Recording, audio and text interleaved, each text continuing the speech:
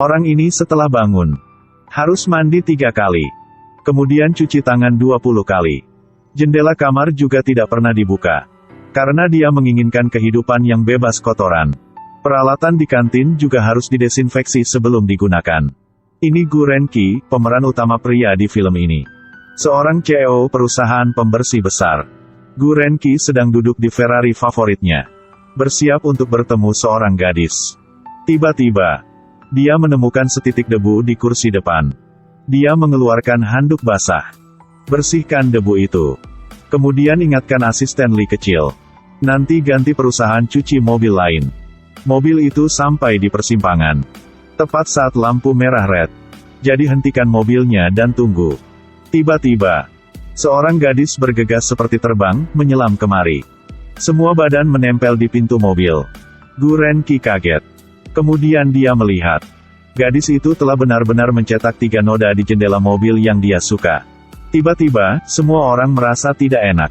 Melihat 3 noda itu. Suasana hati dia hari ini sepertinya hilang. Asisten segera menghiburnya. Direktur, tenang aja dulu. Segera saya akan membuat mobil didesinfeksi. Sampai ke tujuan. Gu Renki duduk untuk membersihkan dulu. Baru saat itulah saya mengamati gadis yang duduk di seberangnya. Perempuan yang sangat cantik. Pakaian rapi. Alis rapi. Mulutnya juga sangat bersih. Rambut coklat yang indah. Jari-jari juga dibersihkan secara menyeluruh. Gu Renki sangat puas. Tapi sekarang, dia menemukannya lagi di bawah kerah gadis itu. Ada bulu anjing. Setelah itu, dia merasa tampaknya mati secara klinis. Ambil seteguk air sebelum Anda bisa menelannya. Dimuntahkan olehnya. Asisten juga dengan cepat membawakannya tisu basah steril. Kemudian Gu Ren membuat alasan. Langsung kabur dari situ.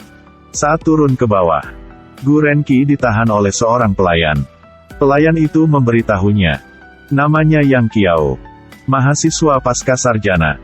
Baru saja datang ke perusahaan dia untuk wawancara minggu lalu. Dia menemukan kuliahan punya. Merasa bahwa harga diri saya sangat mirip dengannya. Semoga bisa direkrut oleh perusahaan. Memandang Yang Qiao yang tersenyum cerah. Katakan saja langsung. Kartu karyawan miring. Celemek memiliki noda. Rambut berantakan. Saat bekerja, berhenti untuk berbicara dengan orang asing. Apakah ini nilai yang sama yang Anda katakan?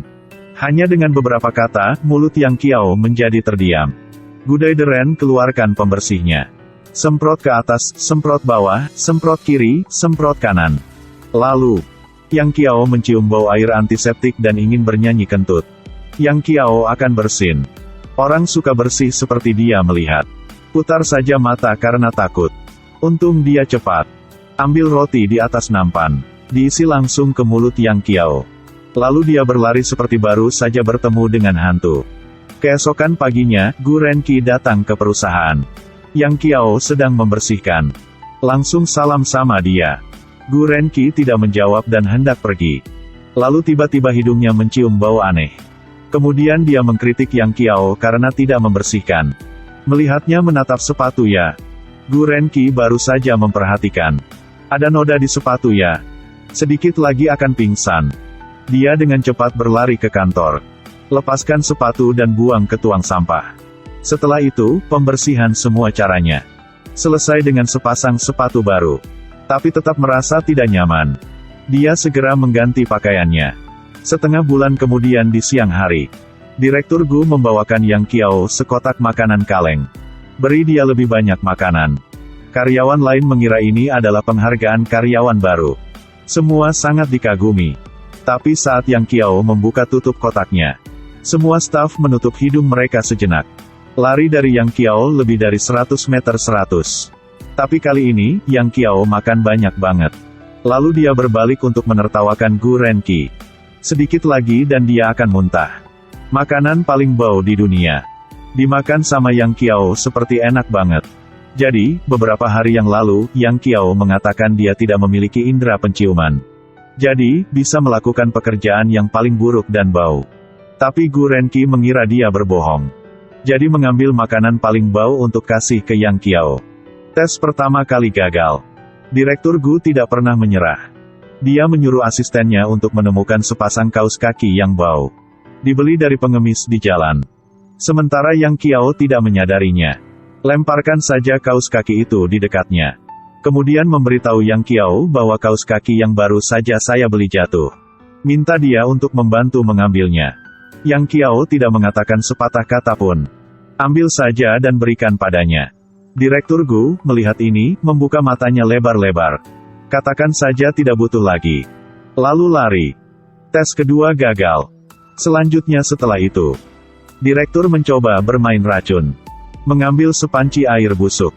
Semprotkan pada pakaian Yang Qiao. Setelah pulang bekerja, Yang Qiao buka lemari. Hampir pingsan di tempat. Karena saya ingin pekerjaan ini.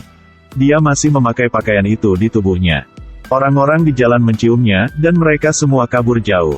Gu coba amati dari kejauhan. Melihat seorang pria tampan datang menjemput Yang Qiao lagi. Setelah itu, mereka sangat mesra. Direktur Gu melihat adegan ini. Perasaan cemburu muncul. Orang ini. Hati-hati jangan sampai dicium bibir oleh seorang gadis. Setelah itu, kalian semua belum selesai.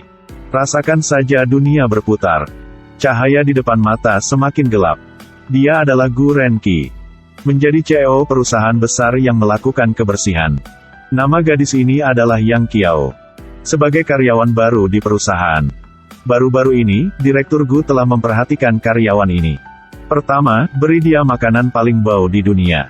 Lalu biarkan dia mengambil semuanya dan mereka semua bau. Dan biarkan dia memakai pakaian yang telah disemprot dengan air busuk. Buat semua orang menjauh dari dianya. Namun, ada seorang pria tampan. Sangat bersahabat dengan Yang Qiao. Ini membuat Direktur Gu cemburu. Lihatlah Yang Qiao dibawa oleh orang itu. Direktur Gu mondar-mandir di kantor. Dalam kebingungan. Adegan dua orang yang mesra satu sama lain selalu muncul di depan matanya. Kemudian besok, Direktur Gu sampai ke kantor. Segera mulai pergi kemana-mana mencari Yang Qiao. Tapi tidak dapat menemukannya. Akhirnya meminta Paman Kim untuk mencari tahu.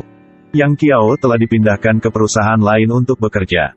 Direktur Gu segera pergi ke perusahaan itu. Pergi ke tempat parkir mobil perusahaan Yang Qiao bekerja.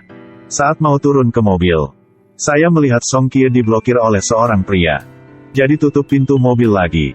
Kemudian diam-diam untuk melihatnya. Ternyata orang ini adalah Kema, teman Yang Qiao. Dia ingin Yang Qiao membantu dia dengan pekerjaannya. Tetapi Yang Qiao tidak setuju. Namun, Kema masih tidak membiarkannya pergi. Yang Qiao hanya bisa bersembunyi di dalam mobil.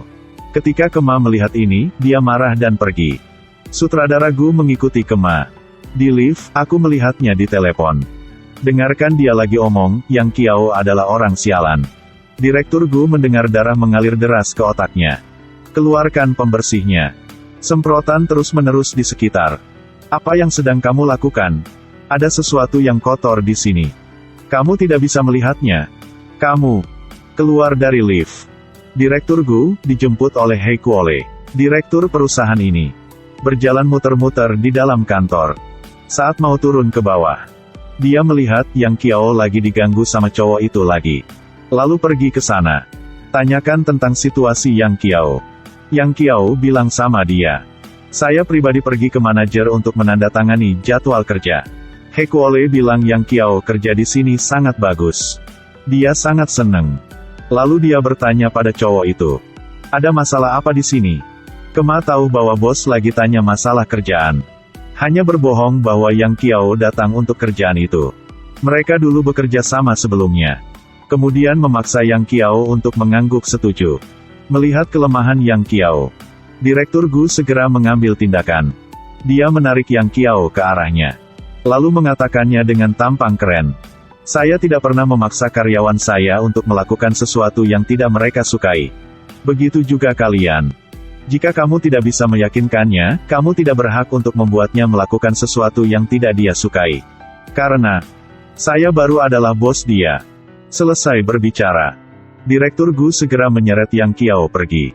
Melihat wajah marah Direktur Ko, Yang Qiao segera mencoba menjelaskan. Tapi sejak saya masuk perusahaan untuk bekerja, saya sangat setia pada perusahaan. Kecuali untuk pekerjaan perusahaan, saya tidak melakukan pekerjaan lain. Yang Qiao masih menjelaskan. Direktur Gu tidak tahan lagi. menoleh untuk mengatakan sesuatu. Saya tidak mengharapkan tabrakan dengan Yang Qiao lagi. Setelah itu, seluruh tubuh Gu Renchi merasa tidak baik. Melihat dunia berputar. Kesadaran juga berangsur-angsur hilang.